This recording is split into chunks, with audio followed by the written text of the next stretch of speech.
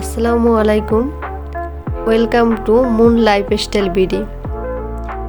আজকের ভিডিওতে আপনাদের সাথে শেয়ার করব আমার আজকের দিনের কিছু মজার রান্না আর ইফতার প্রস্তুতি।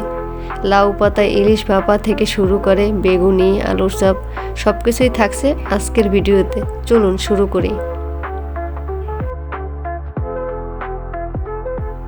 প্রথমে ইলিশ মাছটা কেটে নিচ্ছি। টাটকা ইলিশ হলে একটু সাবধানে কাটতে হয়। ধীরে ধীরে টুকরোগুলো ঠিক করে নিচ্ছি যাতে রান্নার জন্য পারফেক্ট হয়। ইলিশ মাছ এমনিতেই খুব মজাদার, আর ঠিকভাবে কাটলে রান্নার স্বাদও আরও ভালো হয়। সব টুকরা করা হয়ে গেল, ভালো করে ধুয়ে পরিষ্কার করে নিচ্ছি। এরপর মশলা দিয়ে মাখানোর জন্য প্রস্তুত করছি। প্রথমে দিয়ে নিচ্ছি পেঁয়াজ বাটা, তারপরে দিয়ে নিচ্ছি রসুন বাটা, এরপর দিচ্ছি সরিষা বাটা, হলুদের গুঁড়া, এরপর দিয়ে দিচ্ছি পরিমাণ মতো মরিচের গুঁড়া। মরিচের গুঁড়া দিয়ে দেওয়ার পর এরপর দিয়ে দিচ্ছি লবণ। এরপর মশলাগুলো ভালোভাবে মাছের সাথে মিশিয়ে নিচ্ছি।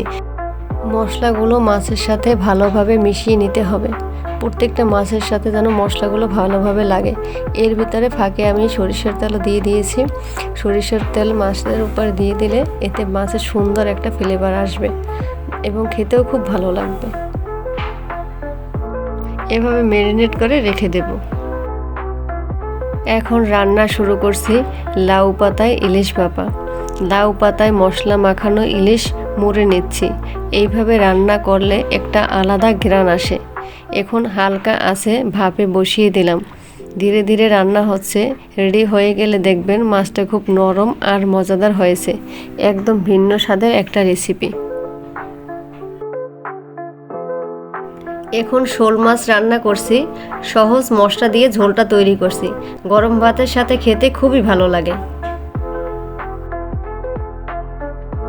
এবার লাউ পাতার ডাঁটা দিয়ে ডিম ভাজি।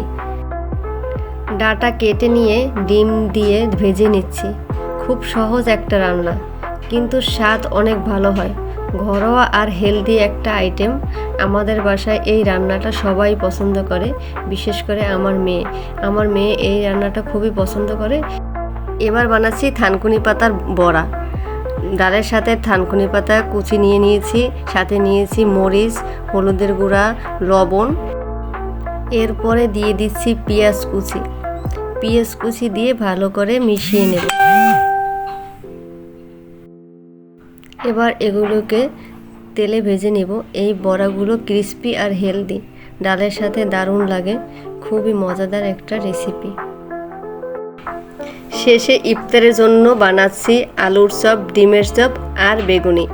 একটার পর একটা ভেজে নিচ্ছি। গরম গরম ক্রিস্পি হয়ে যাচ্ছে। ইফতারের জন্য এই আইটেমগুলো সবসময়ই সবার ফেভারিট। সব মিলিয়ে আজকের রান্না শেষ হলো। আজ এ পর্যন্তই। সবাই ভালো থাকবেন, সুস্থ থাকবেন আর আমাদের জন্য দোয়া করবেন। আল্লাহ হাফেজ।